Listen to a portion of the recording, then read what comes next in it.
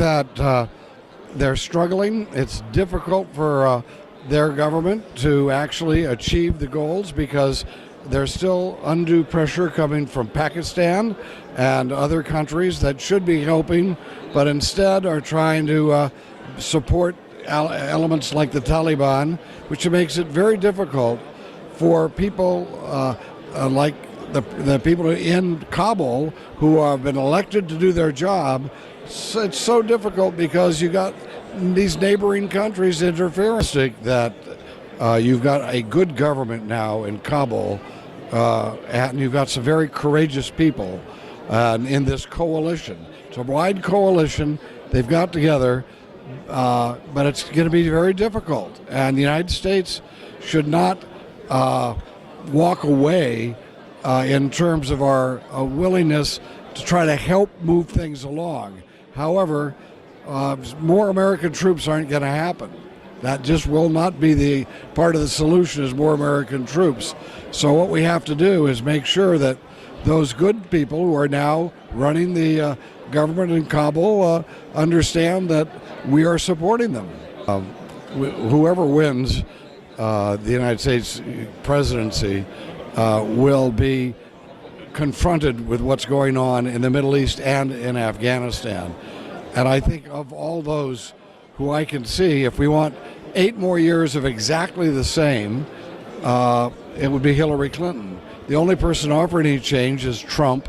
We don't know what he'll do, but he could be very dramatic in a very positive way. And we don't know. We can no longer, the more Americans that go there, specifically to do the shooting and to prevent the radical Islamists from taking over themselves rather than having Afghans stop them, that's counterproductive. And I think that one thing I am somewhat upset with, however, is that the administration hasn't been giving the support that the Afghans need militarily, meaning to give them the weapon systems and the air support they need to defeat the Taliban. Instead, they're emphasizing these talks.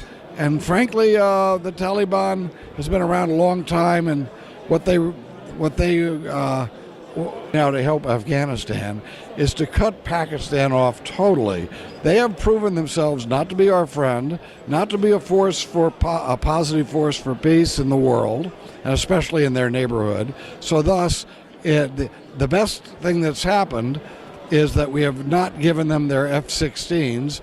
I know, I'm the one who helped make sure that didn't happen.